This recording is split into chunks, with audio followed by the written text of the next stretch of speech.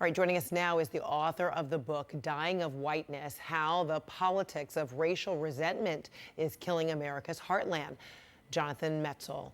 He is also the director of the Department of Medicine, Health, and Society at Vanderbilt University. So good to see you, Jonathan. Thanks so much. So there are intense discussions happening right now across the country about how to prevent this from ever happening again, and why nothing ever seems to get done in terms of an answer to these horrific, repeated, mass shootings. Former Homeland Security Secretary Jay Johnson wrote an op-ed in the Washington Post calling for what he deemed an Emmett Till moment. And here's a portion of what he said, saying something graphic is required to awaken the public to the real horror of these repeated tragedies. Why must innocent school children, for the rest of their lives, carry the vivid memories of the executions of their teachers and classmates, while federal and state lawmakers and the adult constituents who elected them are spared? Do you think it's going to take something like that to spark real change? I mean, what's more horrific than what happened in Newtown and what happened in Uvalde? I wish I could say, having studied this for a long time, that there was one thing that would wake people up. And certainly as the shootings become more horrific and more graphic, even if we don't see the absolute details, which I'm kind of torn about that, to be honest. But what more evidence do you need than elementary school kids getting killed in their own classrooms? Right. But I think really what we see is a reflection not of popular attitudes. Most people in this country agree that something should be done.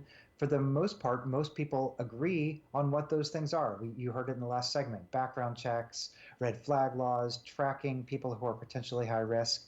The problem isn't really about about people's attitudes. It's about the gridlock of our political system, where there really is no mechanism to make change, even though I think left to their own devices, average people could really come to some solutions here that could support gun rights on the one hand and do much more than we're doing for gun safety on the other.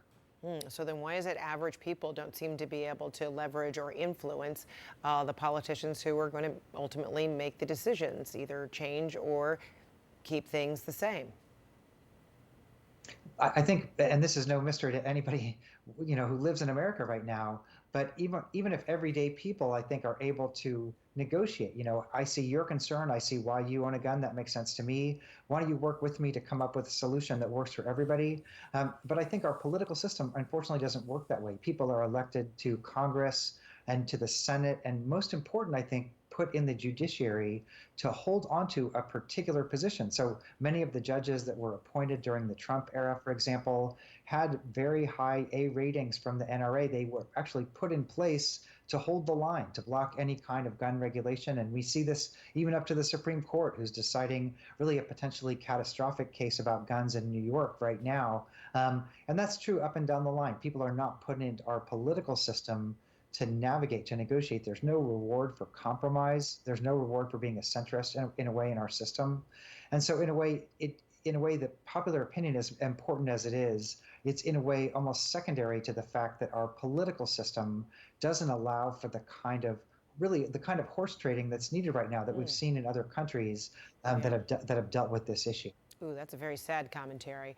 All right, so mental illness, inevitably comes up when talking about mass shootings. But you penned a paper in the journal Social Science and Medicine last year proposing a 5-point agenda for research to study the root causes that goes beyond just the mental state of these shooters.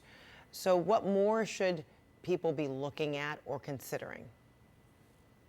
Well, I think the important point here, we hear after these mass shootings, people, Governor Abbott and other people saying this is a mental illness problem, as if the problem rests in people's brains. And part of it was a series of papers we did at Vanderbilt. And basically, first we looked at the literature on mental illness and mass shooting, and we found that actually mental illness is not a great predictor of who's going to commit a mass shooting. And that's because most people with mental illness actually are nonviolent. They're not going to attack somebody else, let alone shoot somebody else. So mental illness diagnosis is not a good predictor.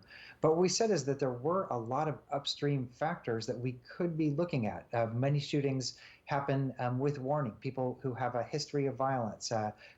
Many shootings happen in social networks. On the aggregate level, shootings happen more when there's more social instability, things like housing insecurity or poor economic factors. And so what we did is we just looked at all the larger social structural factors, and we made a series of recommendations that had to do with investing more in neighborhoods and information, in networked safety plans, things like that. And basically, we thought from our approach that we could probably cut shootings in half in this country if we looked at the upstream factors as opposed to arguing. I mean, it's important to know the psychology of the shooter, of course. But I think the point we were trying to make is that we have 45,000 gun deaths a year in this country, and everyday gun violence is patterned and predictable. And if we did more to stop everyday gun violence, Yeah, we think there would be a reduction in mass shootings also.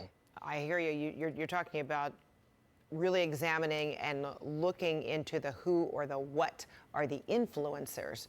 What are the things that help provoke someone's reasoning for wanting to go in and, shoot up and kill a lot of people.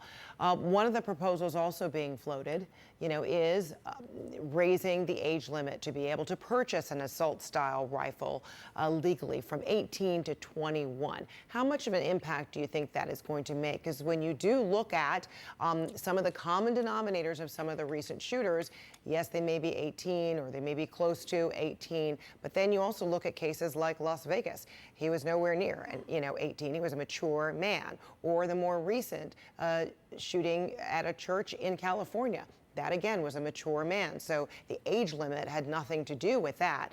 But what are your thoughts about a potential stab at the issue, which is raising the age limit for assault, the purchase of assault weapons? I absolutely think we should raise the age limit. I think a lot of states like Tennessee, where I live, have been doing the opposite thing, lowering the age to 18, where people can basically buy and carry any weapon without a permit. I know that there's an example and a counterexample for every single, there's a mass shooting of every variety just because they're happening every single day. So you can prove or disprove any point really. But I would say that if you look at the aggregate level, there's a really disproportionate level of shooting happening by people 25 and younger, and that makes sense when you think about it. People 25 and younger, they're just figuring out how to be adults in many ways.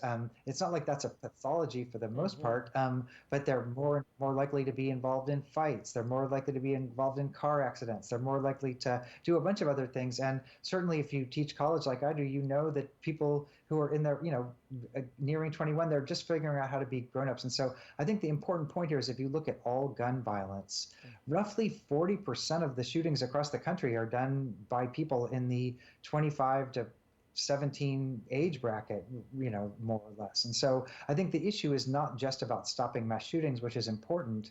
It's also that there's a lot of gun death and shooting and victimhood also by people in that lower age bracket. And so I think that kind of regulation, we do that kind of thing all the time with, renting a car or, actuarial tables in insurance companies, all these kind of things. And so I think looking at age, we haven't done it enough, and I'm glad that's part of the conversation right now. I got you. There may not be one solution, but perhaps there are several potential solutions, bottom line, to chip away at what has become a horrible, another kind of pandemic, right, or endemic. All right, Jonathan Metzl, thank you so much.